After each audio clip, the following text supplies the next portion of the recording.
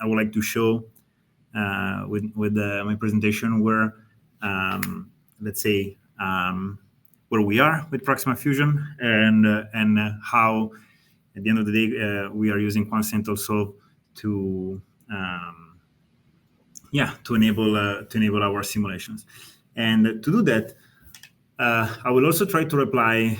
I would like you to go away with three research questions to reply to.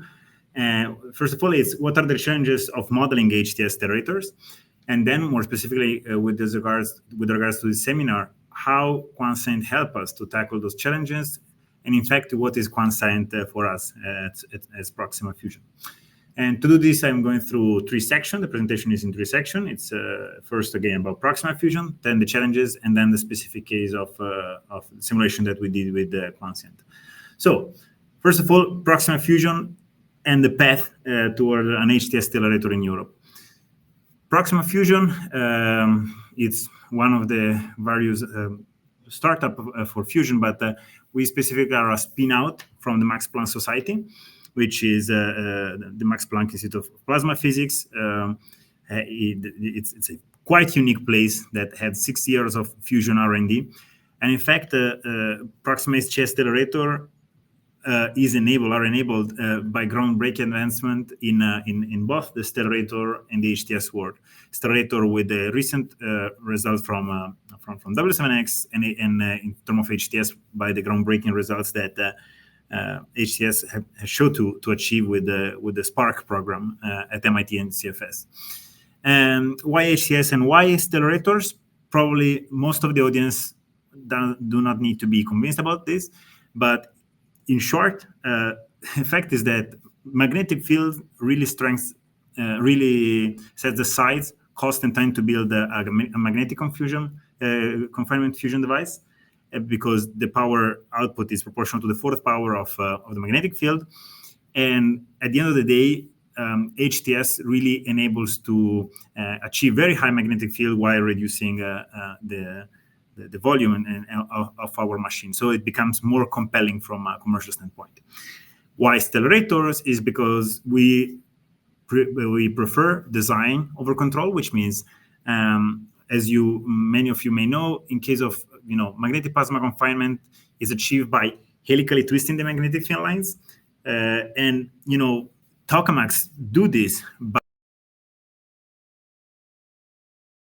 using a combination of multiple coils, and the solenoid. At the end of the day, it's what is needed. It's used to twist the helical field lines, and to do this, the central solenoid needs to be pulsed. And being pulsed, this leads to plasma disruptions eventually, and which means that tokamaks are really it's a pulse machine. It's not a steady machine, while Stellarator inherently are more stable because the coils, the shape of the coils is what give the helical twist.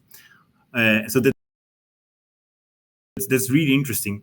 Of course, on the one side you have tokamaks that are easier, but harder to operate, while with Stellarator are much harder to build, but in principle easier to operate. So that's why specifically HTS Stellarators. And in order to get there, this is what our timelines looks like. We recently achieved one milestone that was the conceptual design of our reactor, and it's been submitted for peer review. It will be soon published, so stay tuned.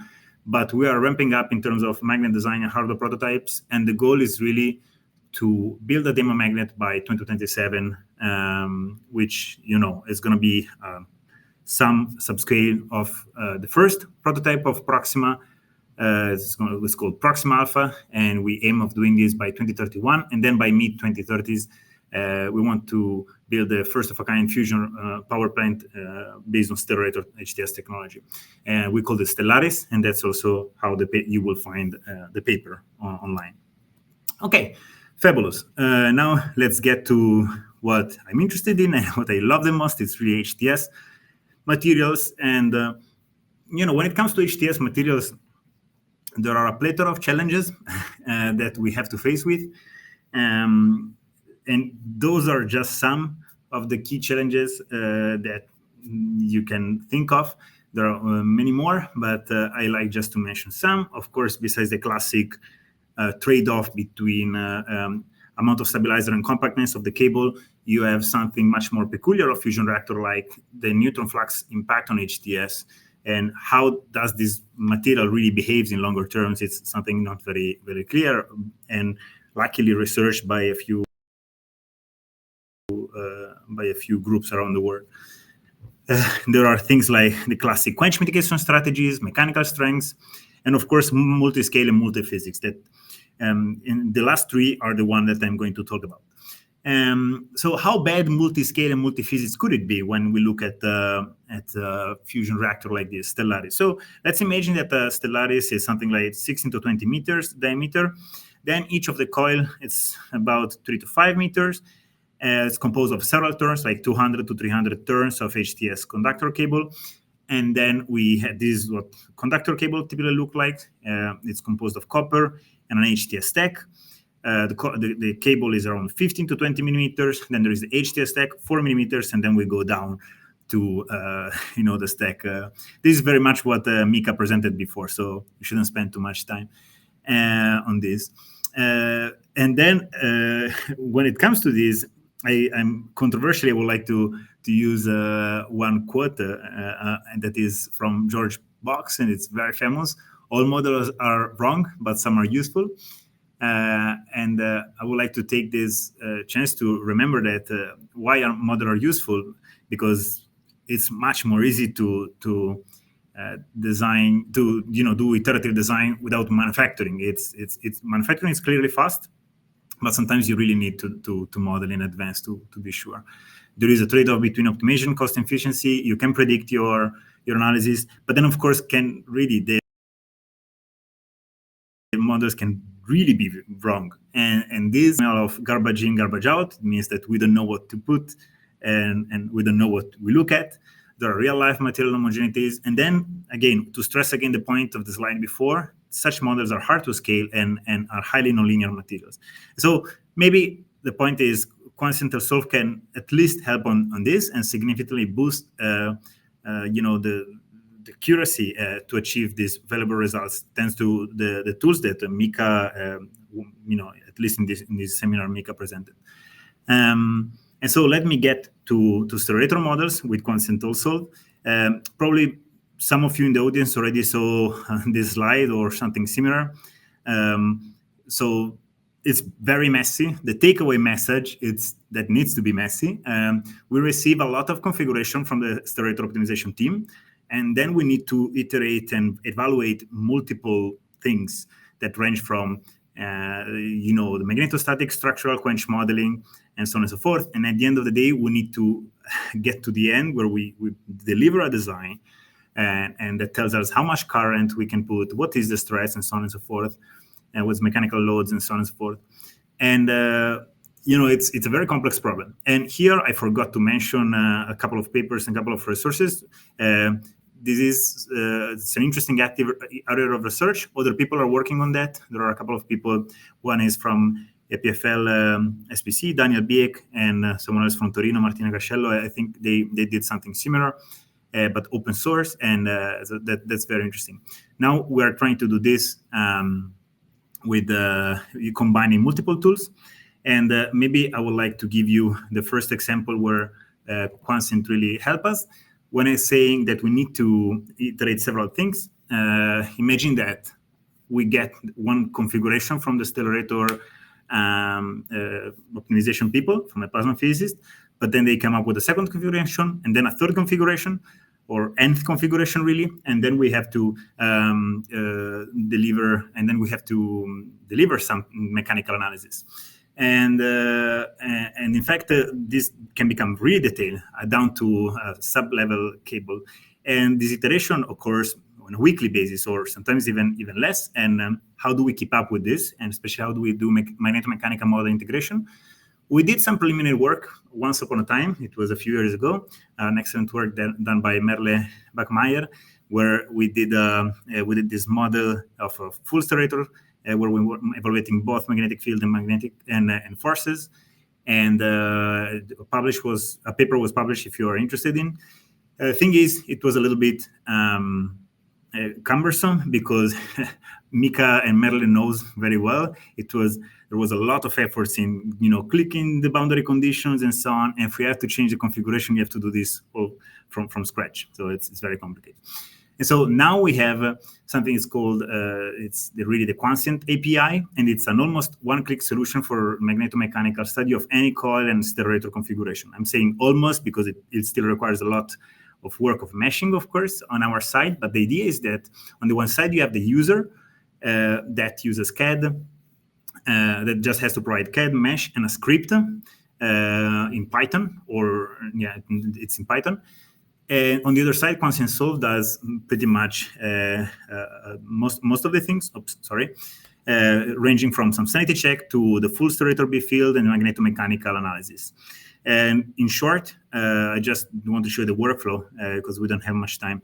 On the one side, the user really has to set up the basic things from the Python script to the mesh and the JSON file with what we call tagging, because we need to tell clearly which domain is what. Like if we do the mesh, if you're familiar with Gmesh or so on, you will have to tag a domain or a surface or a line or so on. And then once you do this, the idea is to upload all this thing and to let Quanscient really run most of the things. This work was done in collaboration with Atom Engineering, as Mika also mentioned, which is Tara Benkel, really, and then we go to the second part, which is really what initially was mentioned by Mika. So specifically, the classical question that when it comes to this monster coil that we need to keep asking is, do we need to model Quench at large scale? And in short, when it comes to insulated coils, it's not really the case, because as most of the community is aware, we can use well-established and proved models like mites, electrothermal models, lamp models, and so on. But then there are other problems such as screening current-induced field, which are very problematic for field quality or induced stress that require 3D simulation. So it's not always obvious that insulated coils are fully let's say, unaffected by large-scale Quench or large-scale modeling. And then we have a classic case of non-insulated coil that it's very attractive for stellarators due to their DC behavior, but then they require large-scale and high-fidelity numerical simulations. And in the case of Stellaris, we opted for no-insulation approach, which means, we need to model Quench at large scale very much. And so let me go through an example. And this is non-insulated non-planar double pancake. Here you see the double pancake. You see the current leads. You see the unit cell that's composed of HTS, copper, solder, and steel. So this is one of the classic unit cell design for non-insulated coil that has been recently developed. It's double pancake. Here we have a perfect insulation layer, so it's insulated between pancakes. And then what we want to do is really to ramp up the coil, similar to what Mika showed. And then we have some intermediate step, and which is still transient. But we specifically, what happens is that during the ramp up, we use linear materials to speed up the charge. And then we switch to nonlinear materials. And to do this, we need some current distribution. Then we are fine where and so at the end of the day, what we want to do is place a defect, at some point detect Quench and ramp down the current. And this is pretty much what we did. I'm showing you here the positioning of the defect, which is a dip into the first turn really, or the first few turns. But here is not very clear from this map, but it's not a radial defect. It's and then once we did the defect positioning, we after the ramp up, we do the ramp down. First we do the quench, quench detection really. So we let the current going and heating the surrounding region, and then we do the ramp down. In fact, although we do the ramp down, and here you see the current that goes from, okay, it's an outstanding 80 kiloamps down to 0. You see the magnetic field on the right, and here the magnetic field is still pretty much constant. With it's similar to what Mika showed, but reversed. What I mean is that even if we remove the current, we still have all the energy stored in the coil, in the magnet, in the double pancake, and it will take time before the magnet is completely de-energized. We can look at the temperature rise around the defect. Here is just a temperature map. You see sort of hotspot or so on of 170. You see that the interested region is only the top pancake. In fact, the bottom one, remember, it was insulated. Maybe worth mentioning that the insulation between pancakes also was done with a thin shell method, so to speak. It's a boundary condition. It's very convenient because, again, you don't have to simulate the whole like the very thin layer of Kapton or epoxy, whatever you put. And then you have the typical beginning of a quench avalanche that you have in non-insulated coil, for those of you who are familiar with that. And what I mean is that you have some current that maintain the current turn, some others the pickup, because you see specifically in this simulation, you see the first and the last turn. In fact, the one closest to the current leads, that where the current drops, it's where we suck out the current, and then others picking up. So here we didn't go much further, simply because we already achieved basically hotspot temperature of the pancake, showing that was not very safe. So with this, we have to conclude also because we kind of run out of time. And in terms of wrap up, remember the research question at the beginning. What are the challenges of modeling HTS Stellarator? Well, multi-scale and large aspect ratios and geometries, no linear materials, is pretty much of a nightmare, and there are a plethora of methods to tackle them. But how Quanscient is helping us, it's really basically tackling large-scale problem as we need, where we cannot use specific symmetries. And one of the things that I really appreciate the most is the tailored solution that for HTS modeling that they've been developing, ranging from multivariable interpolation, from Python API, the thin shell, and many more that they are in production. And in fact, what is Quanscient for us is really enabling for these specific tools. And if I can open on this, there's quite a unique expertise and blend of people that have experience in HTS and advanced numerical expertise, cloud.